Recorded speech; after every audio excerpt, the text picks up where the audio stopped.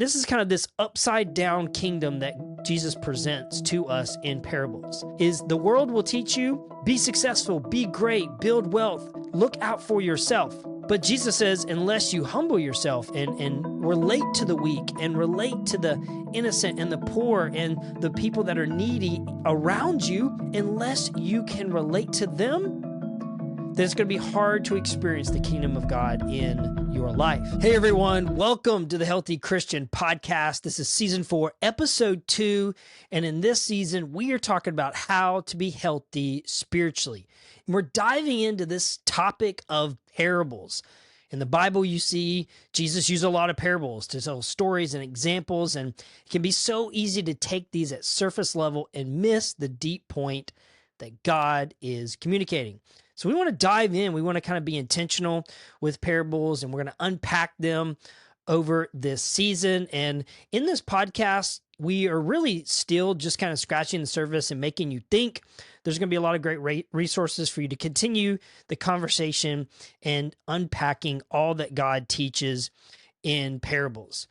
But I do want to go ahead and kind of remind you what the book of Matthew is trying to communicate to us, because in this episode, we are going to be unpacking a parable out of Matthew chapter 18. And over the next few episodes, we're going to unpack several parables found in Matthew chapter 18. So I want you to know what Matthew, in the book of Matthew, is trying to communicate, so you know the kind of overall story. And Matthew is connecting old prophecies and things that the children of Israel had been through, and he's connecting them to Jesus. And he's showing the reader, the Jewish people and the Gentiles, that, hey, Jesus is the answer.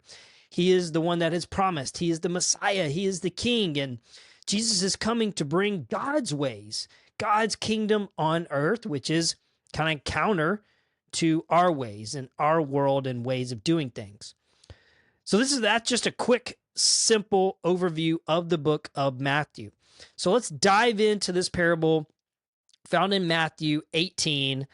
Verse 1 says this: "And at the time the disciples came to Jesus, saying, 'Who is the greatest in the kingdom of heaven?' And Jesus called to himself, and he put in the midst of them a child. And he says, 'Truly I say to you, unless you turn and become like children, you will never enter the kingdom of heaven. Whoever humbles himself like this child is the greatest in the kingdom of heaven. Whoever receives one such child in my name receives me. But whoever causes one of these little ones to believe in sin, it would be better for him to have a great millstone fastened around his neck and to be drowned in the depth of the sea.'"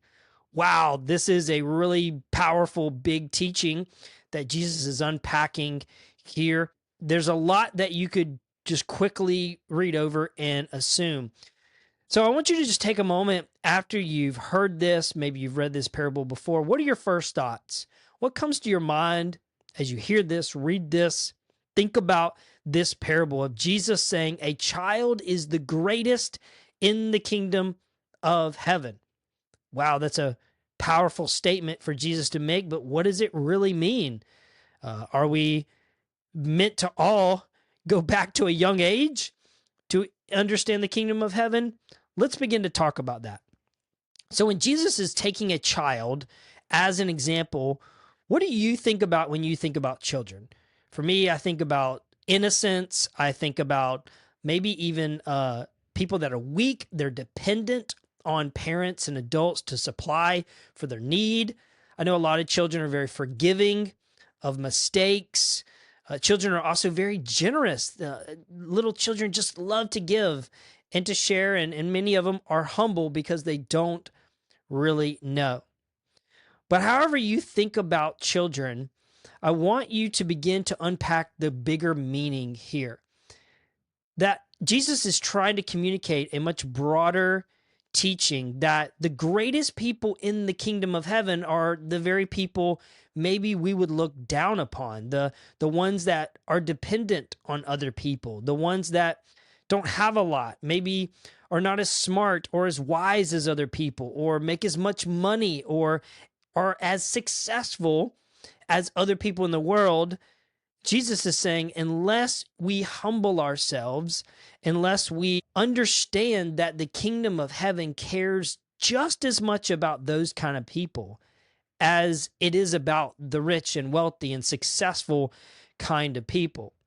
So as we read this passage, as Jesus pulls this child into the midst and says, hey, unless you become like this, unless you understand this thinking, unless you understand this kind of mindset to have, then you're not going to understand and be a part of God's kingdom. So what is the kingdom of heaven? What is God's kingdom? Well, to put it very simply, to give you something to think about, God's kingdom is where God's rule is. So where God's ways, where his rule is, that's where God's kingdom is.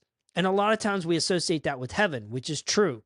God's rule and ways are perfect in heaven.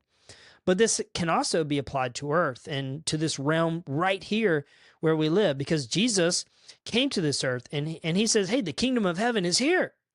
What does that mean? God's ways, God's rule, his way of doing things is here now. So this is possible for us. It's possible to experience God's kingdom here and now. And quite frankly, God's kingdom is also a place where we love God and love others. This is what Jesus said was the greatest commandment, to love him and to love other people. So we can see God's kingdom here and now. So Jesus is saying, unless you understand what it's like to be a child, then you're not going to be able to truly experience God's kingdom here and now. Unless we understand how to humble ourselves, unless we understand how to be forgiving and generous to other people and to treat other people the way that we would want to be treated, it's going to be very hard. So some points I want you to take away from today is, in God's kingdom, and this parable is teaching us that God gives grace and power to the humble and even weak people that we see in our society. So maybe you feel like you're one of those people. Hey, there's good news. God gives strength and power and says the kingdom of God is available to you. Another point is, our goal is to point people to God, not to be great in this world. And this is kind of this upside down kingdom that Jesus presents to us in parables. Is the world will teach you, be successful, be great, build wealth, look out for yourself. But Jesus says, unless you humble yourself and relate to the weak and relate to the innocent and the poor and the people that are needy around you, unless you can relate to them, then it's going to be hard to experience the kingdom of God in your life.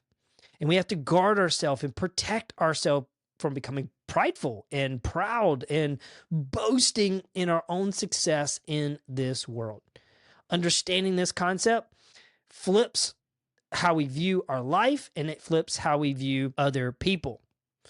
Another point that I want you to take away from this is how you treat children. And what do we mean by children? Just what Jesus meant. The humble, the weak, the innocent, the pure, the dependent people in this world. How you treat them matters a lot to God. He came for the poor and the sick and to heal and redeem and to elevate them. So we have to be careful as parents and leaders and other people, not only with actual children, but with the concept of children in this world, those that are dependent and needy and helpless. God cares a lot how we treat them. And it's important for a nation and people, a people group, to treat those people that we would look down upon as important, because they are God's children and he loves them and cares for them. So this is really an important point to us to take away from this parable, is God cares for them a lot. So some next steps, some practical next steps that I want you to take away from today is, ask God to open your eyes to the children around you. Open your eyes to the people that are needy, that are hurting, that are hungry, that maybe others are looking down upon. Ask God to open your eyes to see their need and to see how you can be a part of the solution of lifting them up. This parable teaches us that God's ways are different, that it's an upside down way of thinking. So instead of us thinking, how do I avoid those kind of people? No, I believe God's put you in their life and in situations to be an answer and a solution to bring God's kingdom here on earth. So when we find these people, when God brings these children into our life, the children of society into our life, we're meant to help them, to lift them up, to be a solution for our foster care system and adoptions and all of these other things. We are meant to be a solution for that. And I want you to find one person this week that you could help.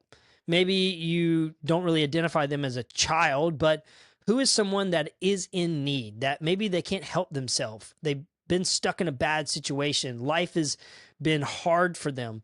And who is somebody that you can help, that you can lift up, that you can bring God's kingdom, his hope, his peace, his joy into somebody's life? It's when we put ourselves into other people's mess. It's when we inject ourselves into their life to build them up, to help them and protect them. That's when we see God's kingdom come to this earth, because that's what heaven's going to be like. There's not going to be a need. God's going to have everything taken care of. But he's asking us to be that solution now. So I want to encourage you with a practical resource to dive into this more. Is the book of Psalms chapter 8 really begins to unpack this with a beautiful psalm on this tension of God treating people in this world like his child, like children. So I want you to read Psalms 8 this week. There's also a really good Bible Project video that we can put the link in the comments. The Bible Project has a great video on Psalms chapter 8, which also connects to this Matthew 18 parable of Jesus identifying us like children. So when you begin to understand that God cares about all people, that this parable will shift your mind, that it's not us being like a child when we're innocent, but treating children and humbling ourselves to the point where we allow God to move in our life and to help and encourage other people. And I believe when you do this, God is not going to only transform your life, but you're going to see God move in powerful ways in your life because you are allowing God's kingdom to come on earth as it is in heaven. Hope you find this encouraging, and I look forward to seeing how these parables are going to bless and benefit not only your life, but others. Have a great week, and we'll talk to you soon. Thank you for tuning in to the Healthy Christian Podcast. Now it's your turn to put these principles we've discussed into action. We'd love to hear how they've impacted you. Please rate, review, and share the podcast with others. Join us on social media to continue the conversation and share your insights. Until next time, stay healthy.